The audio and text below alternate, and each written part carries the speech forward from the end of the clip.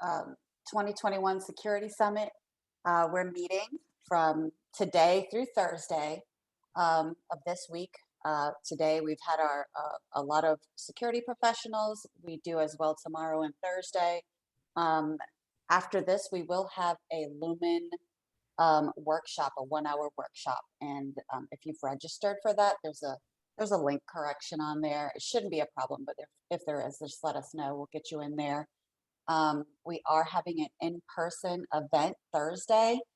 Segra in High Point is putting out some beer, wine, and hors d'oeuvres, or some appetizers for us to enjoy. Also, we're going to be doing a giveaway, so we'll do a CISSP or CISM study guide. We'll ship that to your house, depending on which one you prefer. If you're chosen, you do have to be present to win. And then we're going to put some information in the chat so that you can RSVP for Thursday's event for Segra. We'll have the schedule link as well, and then a link to sign up for our newsletter. So we'll put that in just a second. And with that, I'll turn it over to Jim. Thank you so much for coming out and talking today. Thank you. Let me start by sharing my screen. Let me know if everyone can see that. I can see it. Okay, great. So I want to start off by, again, thanking ISSA, Evelyn, Jeff, thanks for allowing me to share. Would love for you guys to help me if people want to use the Zoom reaction icons or post a question in chat. Jeff and Evelyn, if you can kind of keep track of that while I get through this, that'll be helpful. Because I do want some participation and feedback and discussion if that comes along the way. So again, this is a discussion around how to build a blue team. And sort of the subtitle for it is how to build a blue team that doesn't suck. And that's really sort of where I'm at in my world. So the kind of things that we're going to go over today, we talk about the goal, what am I here for? What am I trying to solve? And that's really what this talk is all about. Kind of how I got where I've gotten to and some of the things I've learned along the way, and hopefully those things will be resonate with you and work. We're going to talk about words and the meanings of those words in the context of blue teaming, and events and alerts and incidents. That's sort of a follow-up to the second point. We're going to go over skills and skill sets. Again, some things that have been talked about from Latik. We're going to talk about some tools, similar to some of the stuff that Mike has talked about. We're going to do a couple of demos with a few of things as well. We're going to talk about where to find these kind of people. Again, some of the stuff that's already sort of been talked about and hinted about. And then kind of a recap, and then kind of where am I going next and what's next for me.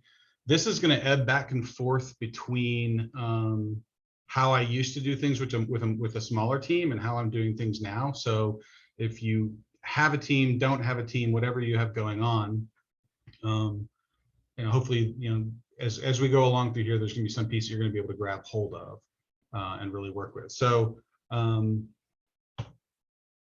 yeah, in life, what am I trying to solve in life and work? When I'm reviewing an alert, when we're dealing with an incident, I'm trying not to be bad at that, right? I'm trying to be incrementally better at the things that I'm doing and the things that I'm leading the folks on my team to do.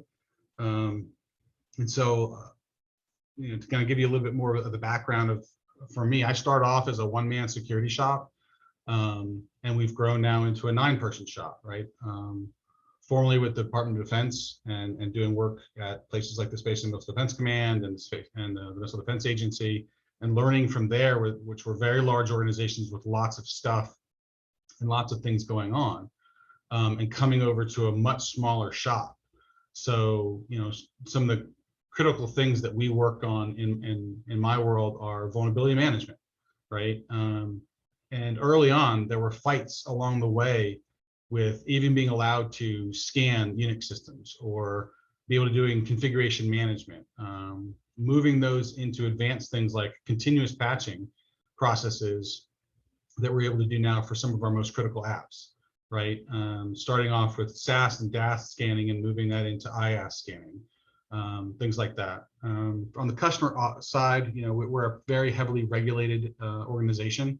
So as an example, we were audited just over 400 times last year. Some of those are real tiny and real easy, and other those are large multi-day events that include pen test teams and things like that. So again, starting off early in that process with, just the top 20 customers, trying to get them onboarded and moving that into 100, 200, 300, and learning how to create those audit processes, vendor audits, and how we move through the vendor audit process, right?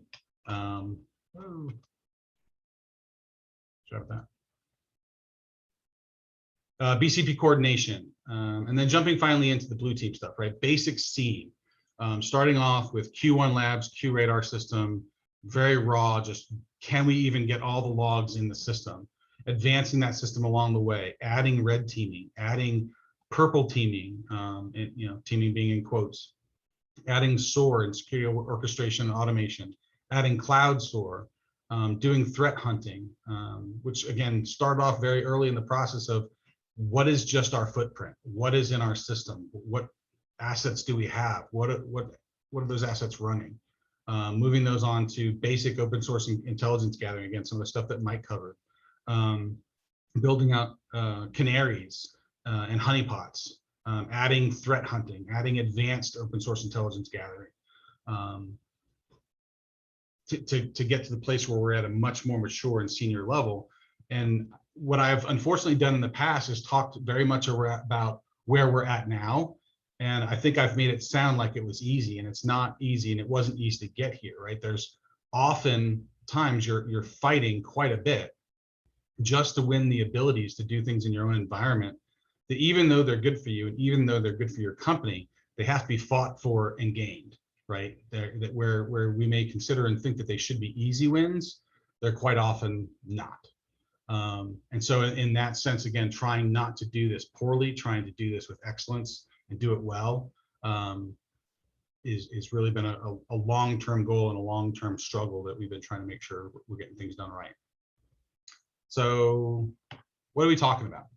And I bring this up because we talk about blue teams and red teams and purple teams, and it's interesting when I have conversations with either auditors or other people in the cybersecurity space that they have some different understandings of what these things are. And they don't always include some of the elements that I think need to be included. So, jumping to the NIST definition, which I don't entirely agree with, the group responsible for defending the enterprise, right, by maintaining that enterprise's security posture. Now, NIST says that's against a group of mock attackers. I didn't like that because it seemed to imply that blue teaming is really only done as part of a test, right? There's not a methodology, and there's not necessarily, a science and a process behind it. And I think it's really against any kind of group of attackers. But it includes other things. It includes things like vulnerability and configuration management. It includes things like incident response in detail. It includes things like BCP as recovery elements and legal and compliance recovery.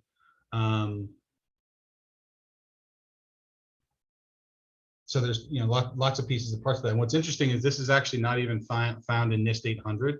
It's found in the Committee of National Security Systems conversation or documentation.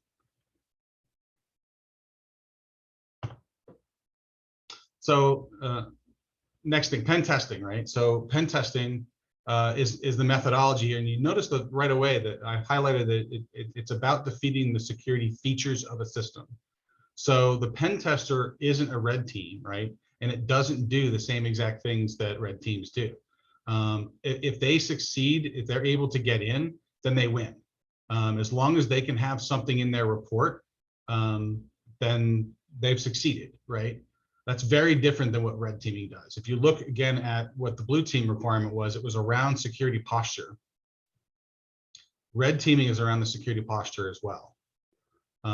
If you read here in this first sentence, it talks about the fact that it's really trying to figure out how to exploit the capabilities against that particular posture of that particular organization. And then if you read the last half of that, it talks about how its job, the red team's job, is truly to improve the overall blue team, right? It's not there to just prove that I can get in and break things. It's there to show, here's what I broke, here's how I broke it, and here's how you can fix it and not allow me to break it in the future.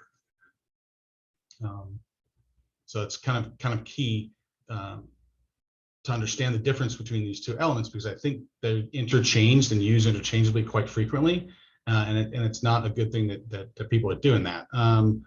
The other issue I think is that people don't realize that if you're going to engage a pen test company or a pen test service, you can do that with elements of red teaming in them, right? You can engage them in a full-on pen test, but do that in a way that actually makes your capabilities better in the end. For a long time, pen test companies would be able to come in and just sort of break things, produce a report, and leave. And what I think they've learned over time is that really doesn't make things better, because I come back and I run some of the same scans and break some of the same things. And so, you know, what's improving in this situation? Well, not much, right? Because what pen test companies won't do is they won't ever produce a blank pen test report, right? They're going to have findings. They're going to show that they were able to break things, right? And vulnerability scanning, you know, as an example, some of the things that we talk about in the hiring process for us, we talk about, you know, if I'm running a vulnerability scan, that scan comes back blank, what's the first thing you should consider? What's the first problem you should be looking into? And the answer is that it was a bad scan, right? Not that your environment is perfect. So you're never going to see a pen test report that comes back with nothing in it, right? But what you will see over time by doing red teaming is that the items that show up on the red team tests, the red team results, fall off that list, or at least become much more complicated for the red team to do, and easier for the blue team to identify and manage. So yeah. So a couple of elements here on how to make red teams, how to make pen test exercises into red teams. The difference, the fundamental attributes that are different is the emulation, right? The fact that the TTPs used by the red team are likely, are what the blue teams are likely to face, whereas a pen test company is simply going to be able to do whatever they can by hook or crook to get into your system. Red teaming is also much more a campaign-based test, right? Although a pen test may take 30 days or 45 days, and so there is sort of this extended campaign window, if you will, it's not the same in that typically red teaming extends over multiple months with the idea that there's starts and stops, right? They're going to come in, they're going to do something, they're going to produce some level of report. You're going to go back and work on that as a blue team. Things are going to get better. They're then going to come back and try some of the same things, and then ideally prove out the fact that you fix those things and move on. And there's this idea of a feedback loop within the red teaming that you don't get necessarily in a pen test. In a pen test, you get a report and you're done, you've checked the compliance box, and whether you fix those things or not is not necessarily here or there. Red teaming is an entirely different process, right? And so there's this idea of emulating known threats. There's this idea of a long-term campaign that offers feedback. Now, penetration testing, if scoped right, can produce some of this, right? But you've got to be very specific and very, very precise in what you put into the scope of work for the pen test to get these kinds of results. Because typically pen test companies aren't looking for this, and they will oftentimes identify this as, oh, well, you're really asking for red teaming, and that can be a different cost. So understanding what that looks like to them and how they interpret that, and what your real goals are.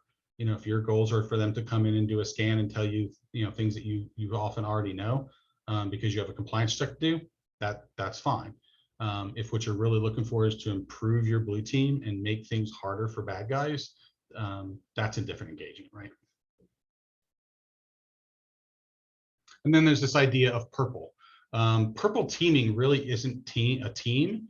It's a methodology, right? It's this idea that blue teams and red teams are going to come together and have this process.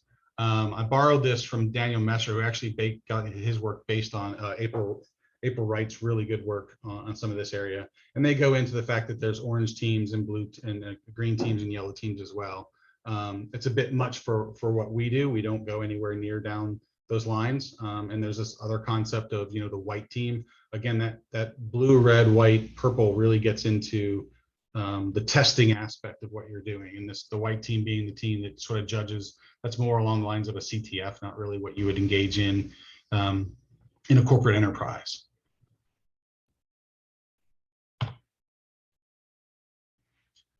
So the next thing I want to talk about really, this came out of a discussion with internal auditors, or external auditors as well. We've had auditors come through. I'm sorry, you're looking at a different chart.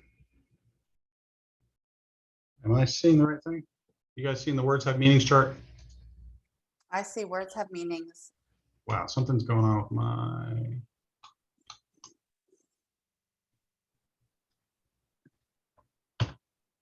I apologize. The chat window just popped up on me. Okay. Okay, words have meaning. There we go. So again, this is where the red team and the blue team and the purple team piece, that again, we go into the orange and the yellow and the green. That's neither here nor there. The big piece that I'm trying to cover is this piece down here at the bottom. And I like to kind of use for the red and the blue team the analogy of, American football, right? You've got the defense and the offense, and although they're very different, they're on the same team.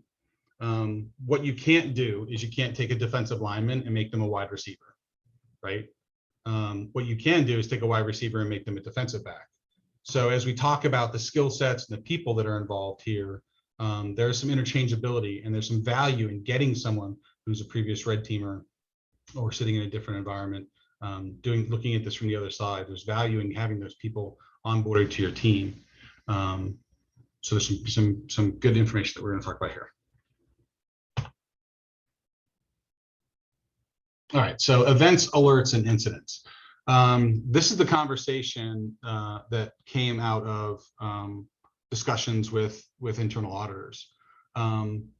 We'd have our auditors come in, either again internal or external, that would come in and say, well, how many incidents did you have this year? Or how many incidents have you had in the last 3 months? And our reply was, well, incidents, we've had none. And they would scratch their heads and kind of look at us and not understand what we were talking about, or not believe that we could have no incidents.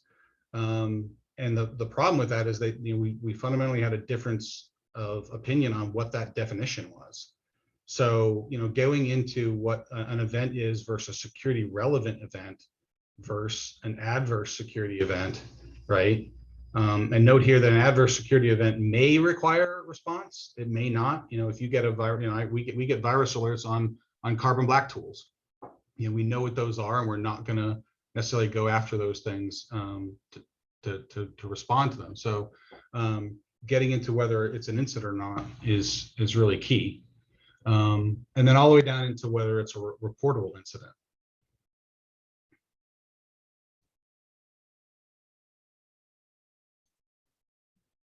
The other aspect is that part of the defense of the enterprise is, I'm sorry, I'm having a problem on my screen again.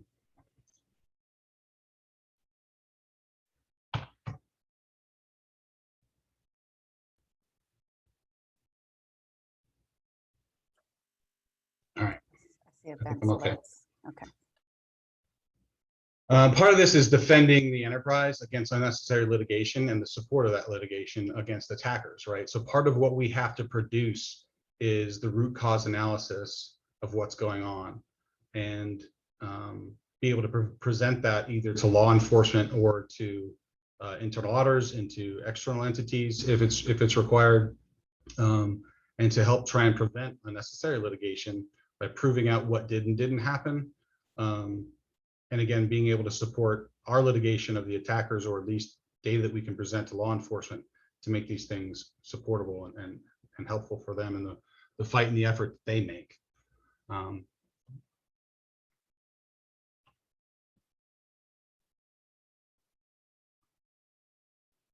So the next thing I want to talk about here is skills, right? So the first element of this is really the knack. There's the old Dilbert cartoon that talks about how the mom brings the child into the doctor's office and talks about he's this kind of an IT geek, and the doctor says that the kid has the knack. And so it's someone with the propensity to be experimental, to be inquisitive, to have this kind of always have this learning curve that they're involved in, And that's hard to see and figure out when you're sitting down with someone you're trying to hire and having a conversation with them. You're trying to find out skill sets, you're trying to find out background, trying to find out personality. And so it's kind of hard to narrow that down. But when I think about the skill sets that I'm looking for and the things that I'm wanting out of whether it's a junior person or not, really what I'm looking for is someone who's got this passion to work on problems and solve them. Now breaking that down a little bit into the basic skill sets that we look for in a blue team, the communication skills, right? Not always people skills. I have people on my team that are really, really good at communicating problems. They're very good at communicating what the risk is or what the issue is. That's not necessarily the person I'm going to have in charge of a project or leading the meeting, but they're the person I'm going to have communicating in the ways that work for them to get the information out to different people. From there, you get open source, actually operating system knowledge, right? Windows, Unix, Linux, and I'm thinking the A+ cert kind of stuff, some of the stuff that Latik had talked about in some of his discussions. Same thing with the networking and the basic security fundamentals. I'm thinking all the basic level of things. You think along those things along cert lines, and that's certainly some information you can gather again during the hiring process to try and vet out people. Not that they have to have the cert, or the cert is always an indication of how good that person might be at something. It's an indicator that they at least understand the information, they've been exposed to it. But these are not always the people that we use, right? You look at the picture of the hammers and their usage. I've had 2 different people brought onto my team that had absolutely no background in security. One of them was a former executive administrative assistant. And what she lacked in IT skills, in cybersecurity skills, and things like that, she absolutely knew inside and out other things that we're able to leverage and start off with, right? She knew how our senior staff thought. She knew how they ingested information. She knew whether people wanted to see slides with data versus slides with words, and things like that. So we began with her strong suits, and we built her up in the other aspects of what we were doing by leveraging the pieces that she could already do well, right? Same thing with another young man that was put on my team early on, degree in history, no background in IT, no understanding of how those things worked, but he understood data, and he understood the value of data and the difference between data and knowledge, right? And so leveraging him, bringing him in, starting to work on BCPDR, eventually moving him into third-party risk management. This is now the person that has helped in the last year fully automate our third-party risk management system, and is now coding and doing things that he never would have never learned in college, never thought he would be working on. So starting off with people where they're at and building them up, and figuring out where can I use this person effectively in my current setup. We can grow people, and we can teach them the skill sets, and they can learn these things along the way. And they're not going to know them at first. And we have to stop looking for, I need someone to be a CISSP. I need them to have 15 years of experience. I need them to be able to code in 5 different languages, right? That is on the advanced side, and that's where I put 9+ years. And I put that really based on operating system knowledge and the fact that environments change, right? There's a difference and a change between the environment with Windows 7 and Windows 10, and the different things you're going to go through, that just natural iteration of process and wisdom and knowledge that's gained over time when you see an environment change. And that doesn't happen overnight. It can't always be taught. You can't always expose someone to it without simply just letting them live through those exercises. The advancement moves on to advanced networking and security fundamentals, and then into specialty skills, right? They've got vulnerability stuff, whether they came from a web background, DBAs, scripting. Cloud introduces a whole nother set of items that really become unique, even though they're supposedly the same, right? The sales guys will tell you that cloud is no different, but for us, fundamentally, cloud is very different. And so, bringing those extra skill sets might move someone into a more advanced level that you're going to be able to obviously use them for a lot more things. Tools. So I start off with the admin and the native kind of things, and I'm not going to go into detail about all these. There's some references here things like PowerShell and other things, we're using these tools in the native sense because they're there, right? They don't cost other than learning how to use that tool. The other thing is, this is what the bad guys are often using. So if I don't understand how an ODBC data source is being called across my network, it's going to be really hard for me to understand how to triage that and decide whether that's okay or whether that's not okay.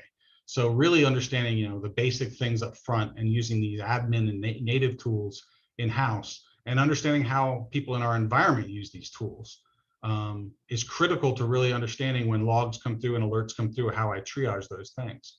And I don't think the problem is we don't have enough tools. I think the bigger issue is that we don't know how to use them, or that we don't always understand them. We don't work with them enough, and we haven't developed the tool enough or our skill set in those tools. And the reality is that the more tools we add, the more liability we add, right? When an alert goes off, if there's no one there to interpret it and understand it, all I've created for me is more problems and more liability. So we have to be at a place where we can understand what's going on with these tools. So obviously then you get into the security operations specific tools with scenes and NIDS and HIDs. I've listed a few here. What I've learned over time with these tools is that they take time to put in, they take time to tune, they take time to understand what's going on, and to really build them out. We often even began with simply turning alerts off, right? They want to come in and say, oh, our SIM does 500 different kind of unique alerts. That's great. I don't understand how any of them work in my particular environment. So some of the things that we did is we turned those features and functionality off and turned them on slowly to figure out what those things were and what they meant in our environment, and then tune them. We often, sometimes you tune them out to quiet them down. Lots of stuff like on the Windows side for that, or you tune them up to say, hey, I know this is always going to be a problem, or at least always something I have to have a human touch and look at. And then into the more detailed stuff, the forensics tools, you have Yara, identifying and classifying malware, Sysmon stuff, really looking at processes. As part of this, I came across this dump it and Stardust. This was really cool. Periodic remote dumps of memory from critical hosts. And the interesting thing here was that the analysis was that you're red teaming or pen testing. And then while that red team or pen test engagement is going on, you're pulling this data off here to be able to use it later on to do the analysis of this is what things look like in my environment during what I now know was a red team exercise or a pen test exercise, right? And the other thing is we don't tell the blue team the red team's coming in. We don't tell them that the pen testers are coming in. What we want them to do is to see everything as a potential real problem. I can't afford them sitting back and going, oh, this is part of a pen test. I can go to lunch first and take care of this later, right? On to even deeper things like forensics tools and other things like the dump files and the PS total and the virus total type stuff. So there's tons of tools out there, tons of things to use. If you're at a place where you don't have a lot of that, starting off with the basics in my mind are things like a SIM, things like basic NIDs, basic HIDs, getting data off of hosts, getting data off of packets that are going around your network and consolidating them into a SIM, tuning out the noise, and really starting to look at actionable information is the key to what you're trying to do here.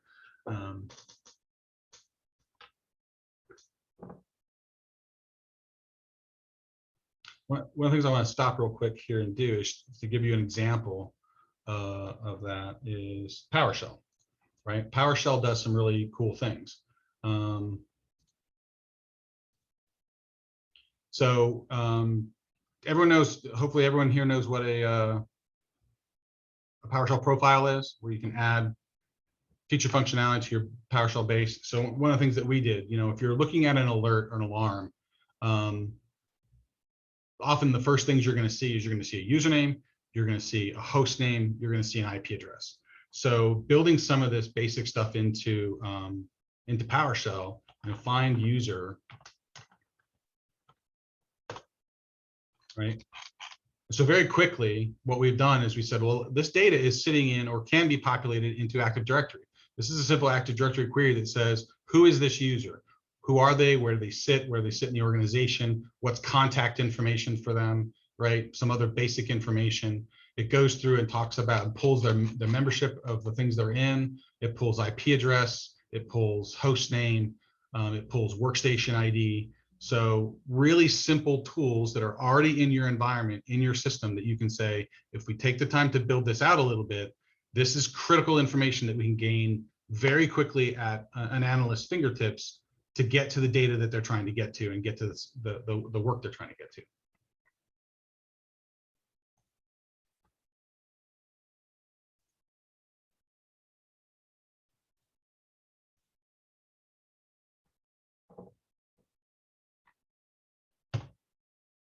Okay, so where have I found these people? Well, obviously there's traditional recruiters, right? And the important aspect here is to really begin to work with people that produce results for you, that aren't just filling slots. I've had both happen. And then the rest of these points I've actually fed back to the people that wind up bringing me good people. It's like, hey, when you go to look for people, this is what I'm looking for. This is where you can look, right? Folks in the military, often when they get to the 5-year, 6-year, when they come up on that second enlistment, third enlistment, they're approaching that 10-year mark, they're really starting to make decisions around, do I continue out and make a full career of this, or do I get out now? And they wind up going to these job fairs that where you can pull people from. The great thing here is that if they're considering leaving either before their full service term is over or after retirement, these are often highly skilled, highly motivated people, right, who tend to also stay with the first organization they come to after leaving the military, because they're rather loyal people, right? And so I've gotten several people on my team, most of them who are still here, that have come in from these kinds of locations. Law enforcement, similarly, specifically those dealing out of cybercrime or forensics units.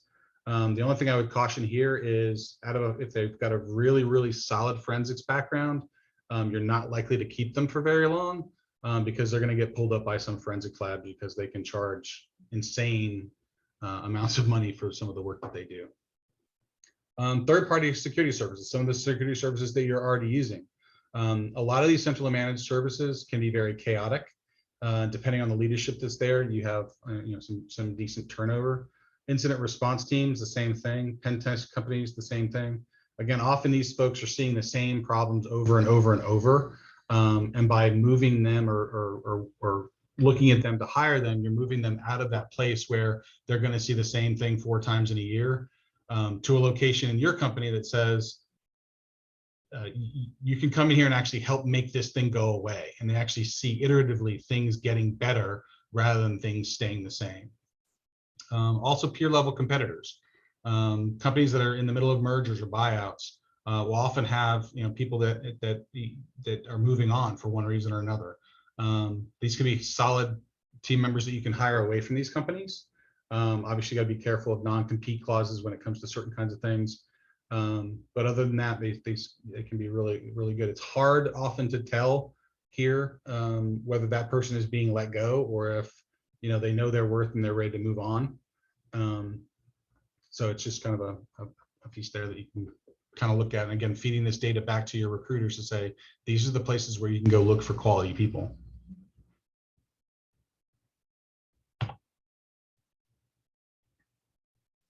So some of the ways that we measure success in what we've done. We use a cyber kill chain document. I want to give you an example of this and kind of talk through this. So let me orientate you on this document. So up here we have the cyber kill chain in this section here. That includes detect, deny, disrupt, degrade, deceive, destroy, right? And both in the inbound protections, early warning and reconnaissance, outbound protections. And then we also added a future state.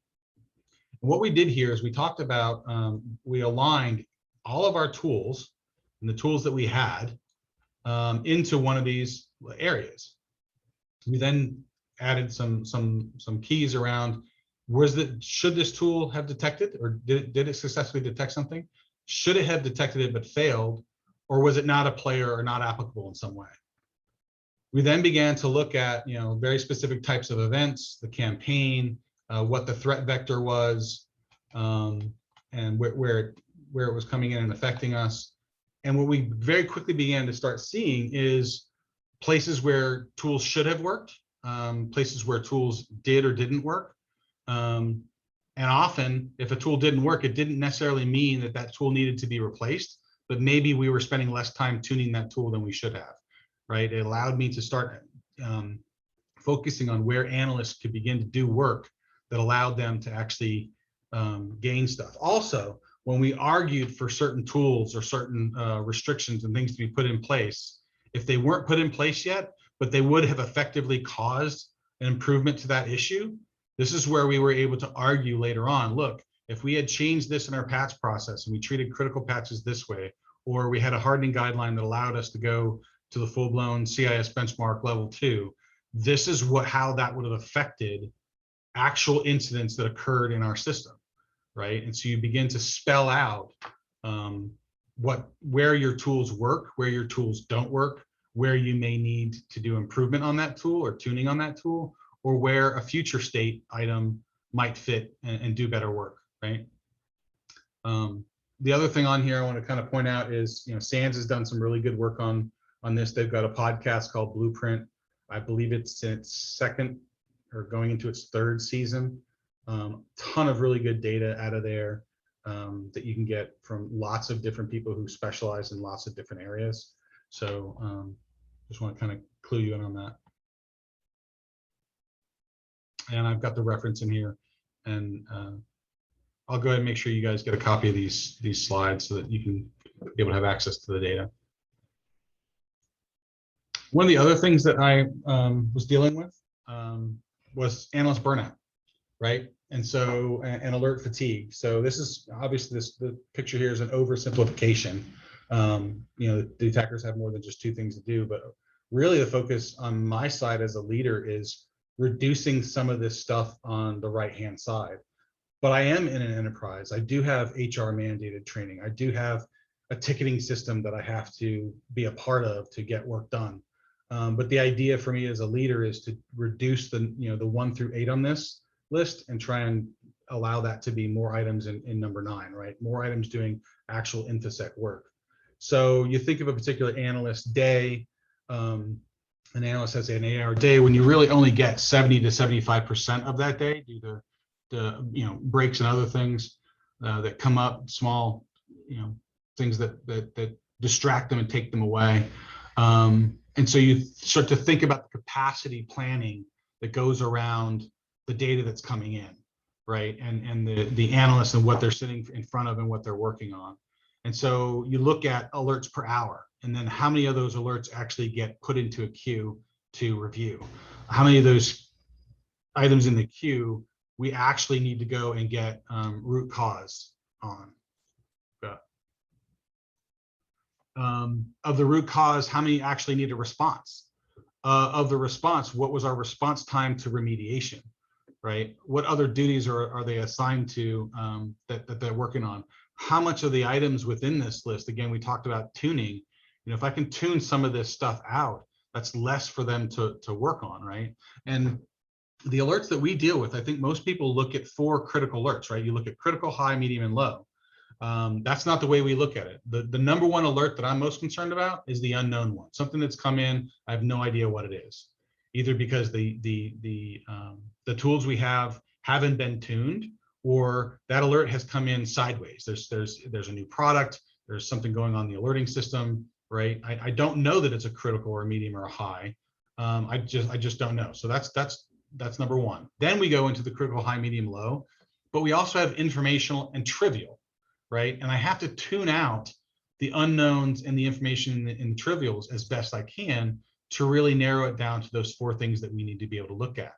So, part of, again, my job is to make sure that I'm protecting the people, and by protecting the people, I'm protecting the company. If I only have, I talk with my guys all the time, if I only have so many hours of your day, what do I really want you working on? What is it that we're trying to accomplish? What are we working on right now? What is the load? A thing I think that isn't talked about a lot of times also is when you're sitting here doing this kind of blue team defensive work, everything has to include an element of latency, right? When I get an alert, that alert is at a minimum several seconds old, if not minutes old.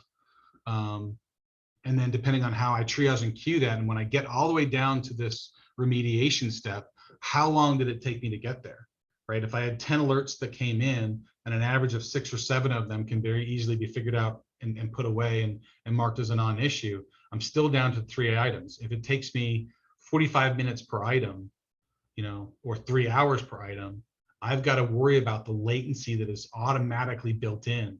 And that puts a larger expectation and more pressure on us to really get through these items and understand them. And how to, so part of that is, what is really expected of an analyst. And I think when I have conversations with some folks, it's like, well, do you even know what some of this basic information is? Do you know how many alerts you have coming in per hour? How many of those are getting queued? How many of those are getting to root cause, right? So when you start looking at alert fatigue, step one for me is to really understand what are we even getting and what is expected. Is it expected that you can go through 20 alerts in an hour? Are we getting 20 alerts an hour, right? I think a lot of people haven't even done the work to figure out what that data set is to see whether or not you're doing this well or not. So you start getting asked, how well is the blue team doing? Well, if you haven't gone and figured out some of these data sets and how they apply to your environment, what your people are actually capable of, then there's no way for you to tell whether you're doing a good job or not.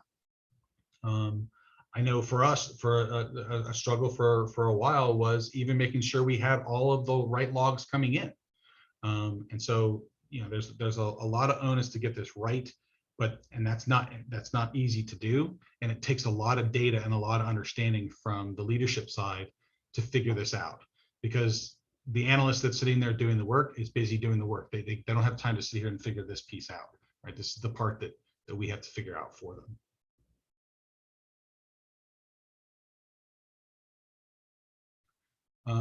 Some other considerations, spikes in traffic. One of the things we've done here is we've done change point detection. Are these new alerts coming in? Is this noise in the system? Do we have new systems coming online? Are these configuration changes? Is something going on in the world that maybe we're seeing new things? The good news here is that often this is not really a security concern. It's a runaway process. It's a configuration issue. It's bad signatures. It's not really a concern, but you don't know that up front, right? Just like you don't know that red team is coming in or that pen test team is coming in. You have to treat this as real and you have to treat it as bad until you can prove it otherwise. Knowing what your normal top talkers are would be key to kind of figuring out some of this change point detection. Again, when I talked about tuning, developing a reduction queue and having people work on those reduction queues. Having a tuning queue. We know that this is bad, but we know that it's only bad when it's under these kind of conditions. Getting in good with your vendors and getting them to fix their tools. We use some pretty high dollar, high name tools, but I can tell you that one of them not too long ago, they had 26 fixes going in a given month. 24 of them were from us. They even tried to, they gave gift cards to people on my team because we had helped them improve the tool so much in that short amount of time. So working with the vendors to get their product right. You don't have to sit there and just take, this functionality doesn't work, or I wish it did this. Get on a call, put those feature requests in and help fix the products. That's a lot of extra work. But in the long run, it reduces the overall workload. Right? Again, starting with little or no rules turned on really helps you understand these things when you're starting off and just starting to build some of these things out. Data science, and we're trying to ingest information on this, understanding the big picture from the details, right? So as you're in the details, looking at them, and then you draw back out to say, okay, what are these details telling me at a larger scale? Part of this might be when you're talking about the difference between a junior or a small blue team, and that small blue team is 1 or 2 people. As you advance that along and you get more people, part of the people that are more people for me aren't even on my team, right? Teaching the help desk how to look at small pieces of data, 5 calls have come in from 5 different users on this issue. Don't just take each one of those calls and open and close those tickets, right? Understand those in the bigger context of the enterprise. Is there something else going on here? And letting that help desk feed that information to us so that we can see a bigger picture of what's going on. Because if their focus and their goal and they're being measured to only open and close tickets as quickly as possible, that's all they're ever going to do. But if you teach them to look at this stuff in a larger context, then you get a little bit more of the bigger picture from those details. The other thing that we've learned is that when you put these details in perspective, sometimes they don't apply to the big picture. If the big picture is to protect a particular thing, and a lot of these details are giving me information that isn't of any value or doesn't help me in some way. An example here is you're getting scanned from some external entity that's hitting you in some way. Can I go into the senior staff and say, hey, we were attacked 54 times yesterday? I can say that. Were any of those of any concern or any value? Do we spend any time on them? No, but I can make it sound bad, right? So, putting the details in perspective of the bigger picture and what am I trying to solve? What is it I want people working on? And some of the places we're starting to play with this, and if anybody on the call has any info on this or can share, I'd be glad to learn, and I'd love to learn more about how you're using these. Juniper notebooks, right? This sort of virtualized environment, containerized environment that's got Miniconda and Python and the data sets all sort of built into it. You're feeding the data in there, the better. So one of the things that we talk about on our end is automation quite a bit, and not just an automation and tuning of the tools, but if you're performing the same function more than a certain number of times a week, does it make sense to spend 8 hours, 12 hours automating that functionality if you can, and making that issue go away, allowing you to be the human in the loop, taking care of the thing that only the human can take care of, right? There's lots of things that can be automated, and there's lots of things that should be automated. That takes time, and again, takes your people away from things. But if in the long run you can prove that out, we've recently done this in a couple of different ways, and we've giving people back 8 hours in a week, giving people back 20 hours in a month. You start looking at the impact that creates down the road, the cost of that, and the time, and often the frustration of building that out is worth it when you can apply it to the big picture.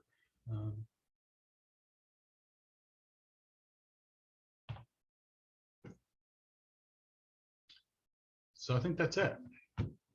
There's some information for me if you want to try and reach me outside of this context. Hey, Jim, I'm going to go ahead and stop the recording so people can feel free to ask questions.